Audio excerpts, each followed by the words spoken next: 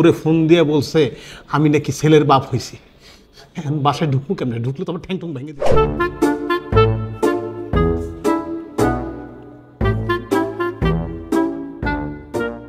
Sir আমাদের restaurant বন্ধ করার সময় ক্লোজ করে চলে যাবো স্যার। এ ভাই, আপনারা রেস্টুরেন্ট বন্ধ করে চলে যান, আমি আজকে এখানে থাকি। আমি সকালে সরি স্যার। স্যার আপনার মন খারাপ কেন, কি হয়েছে স্যার? আরে ভাই, আমার বান্ধবী হলো প্রেগনেন্ট, আমি ওর নিয়ে হাসপাতালে গেছিলাম, হাসপাতালে ভর্তি করাই দিয়ে আসছি।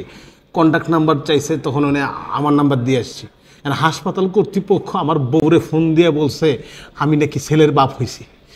এখন বাসায় ঢুকবো কেমনে? ঢুকলে তো আমার ঠ্যাং ঠ্যাং ভেঙে দিব। আমি বুঝাবো কেমনে এটা আমার গার্লফ্রেন্ড না আর কি, আমার বান্ধবী। ভাই আমি আজকে এনে থাকি ভাই, আমার থাকতে দেন, আমার বাঁচতে দেন। আমি এনতে বেরোলে আমার বউ মেরে লেবো ভাই।